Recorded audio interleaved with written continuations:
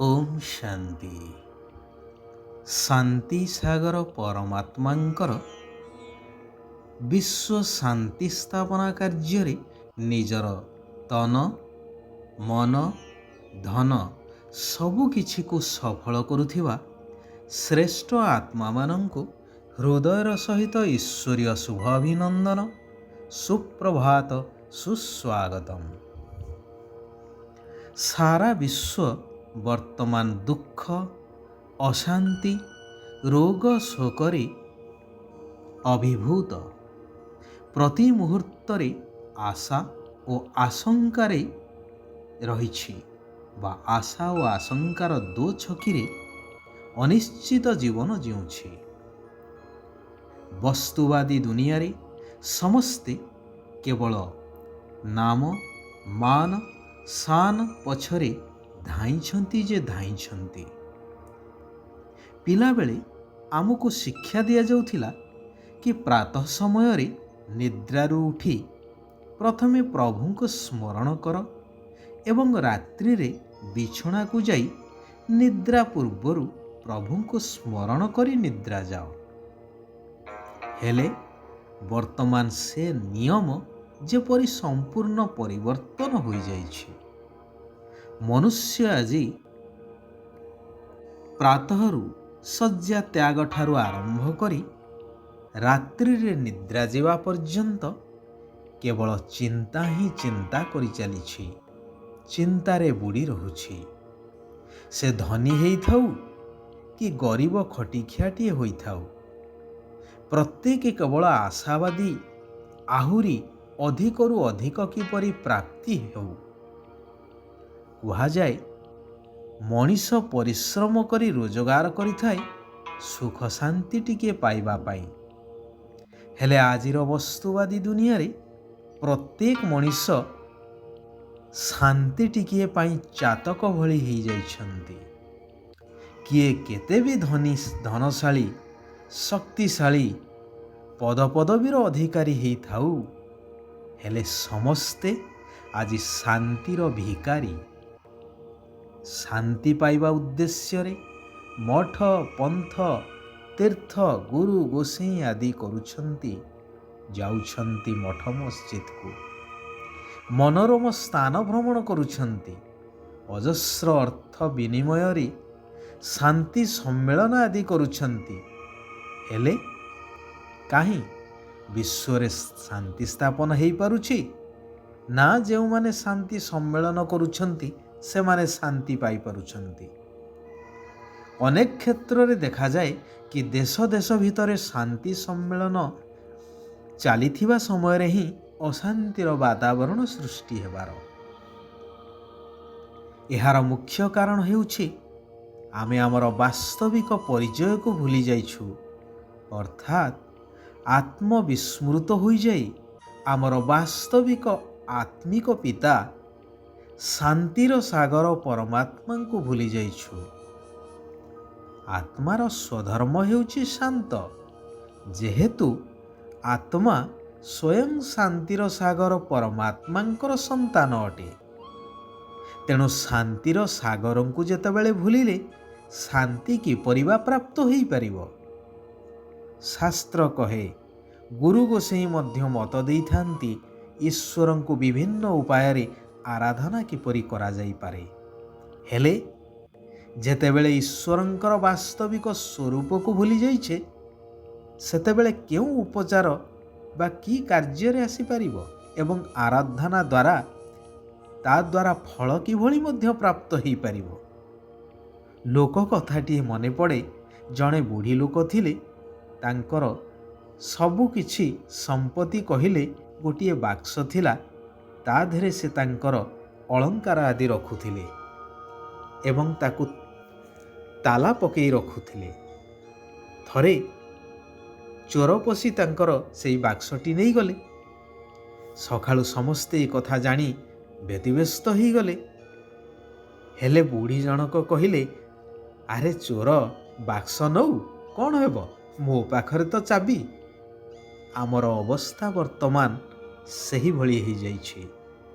भगवान को डाकी चलीछु, पूजा पाठ करुछु, ହୋମ ଯଜ୍ଞ ଦାନ ପୁଣ୍ୟ କରିଚାଲିଛୁ, ହେଲେ ତାଙ୍କର ବାସ୍ତବିକ ସ୍ୱରୂପ ଆମକୁ ଜଣା ନାହିଁ।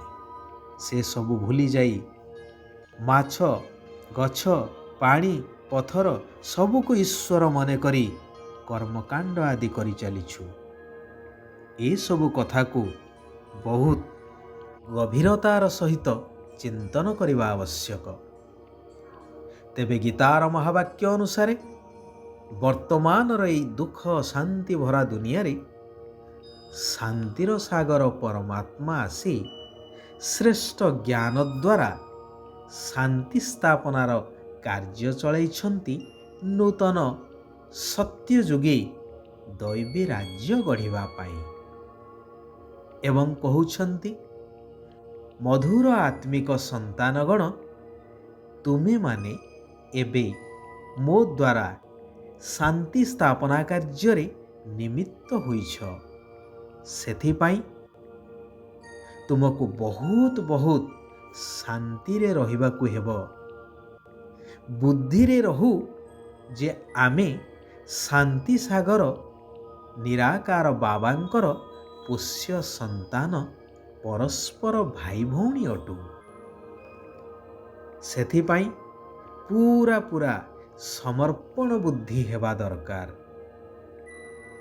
ପୁରା ସମର୍ପଣ ବୁଦ୍ଧି ସିଏ ଯାହାଙ୍କ ବୁଦ୍ଧିରେ ରହିଥାଏ ଯେ ମୁଁ ଈଶ୍ୱରୀୟ ମାତା ପିତାଙ୍କର ପାଳନାରେ ପାଳିତ ହେଉଛି।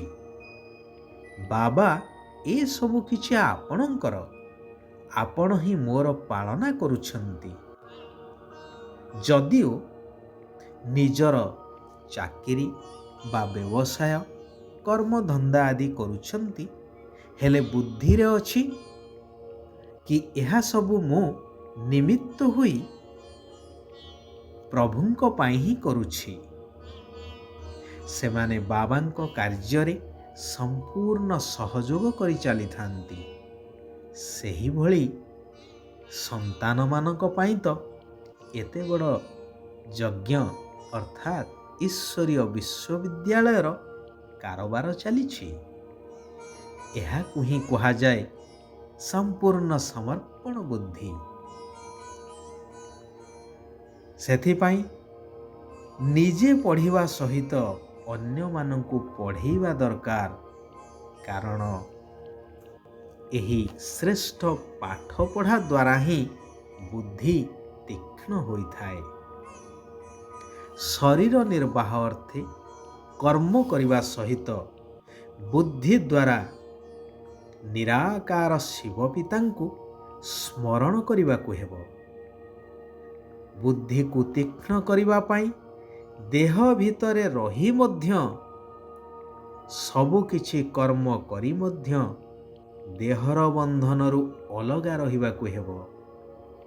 କିଛି ବି ହେଇଯାଉ, ହେଲେ ନିରନ୍ତର ସର୍ବଶକ୍ତିମାନ ନିରାକାର ବାବାଙ୍କ ସ୍ମୃତିରେ ରହିବାର ଅଭ୍ୟାସୀ ହେବା ଦରକାର, ଯଦ୍ୱାରା ଅନ୍ତମତି ସ୍ୱଗତି ପ୍ରାପ୍ତ ହୋଇପାରିବ। ଏହି ସ୍ମୃତିରେ ସର୍ବଦା ରହିବା ଆବଶ୍ୟକ କି ଆମେ ସ୍ୱୟଂ ଭଗବାନଙ୍କର ସନ୍ତାନ। ତେଣୁ ବହୁତ ମଧୁର ସ୍ୱଭାବଯୁକ୍ତ, ରାଜକୀୟ ମର୍ଯ୍ୟାଦା ସମ୍ପନ୍ନ, ଶାନ୍ତିପ୍ରିୟ, ଜ୍ଞାନବାନ ହୋଇ ଆନନ୍ଦରେ ରହିବା ଦରକାର। ଭଗବାନ ବରଦାନ ଦେଉଛନ୍ତି କି ଆତ୍ମ ଅଭିମାନୀ ସ୍ଥିତିରେ ରହି ମନୋରଞ୍ଜନ କରୁଥିବା ମର୍ଯ୍ୟାଦା ପୁରୁଷୋତ୍ତମ ହୁଅ। ଯଦି ସର୍ବଦା ସୁସ୍ଥରେ ରହିବାକୁ ଚାହୁଁଛ, ତେବେ ଆତ୍ମିକ ସ୍ଥିତିରେ ରହି ଆତ୍ମିକ ଶକ୍ତିକୁ ବଢ଼େଇବା ଦରକାର। ଆଚ୍ଛା, ଆଜି ପାଇଁ ଏଇଠାରେ ଆମେମାନେ ବିରାମ ନେବା। ଆସନ୍ତାକାଲି ପୁନଃ ସେହି କଲ୍ୟାଣକାରୀ ପରମାତ୍ମାଙ୍କର ଆଉ କିଛି କଲ୍ୟାଣକାରୀ ମହାବାକ୍ୟ ଉପରେ ଆଲୋଚନା କରିବା। ନିଜ ଜୀବନରେ ଧାରଣ କରି ନିଜକୁ ପରିବର୍ତ୍ତନ କରିବା ସହିତ ସାରା ବିଶ୍ୱକୁ ପରିବର୍ତ୍ତନ କରିବାର ମହାନ କାର୍ଯ୍ୟ କରି ଚାଲିବା। ଓମ୍ ଶାନ୍ତି, ଓମ୍ ଶାନ୍ତି, ଓମ୍ ଶାନ୍ତି।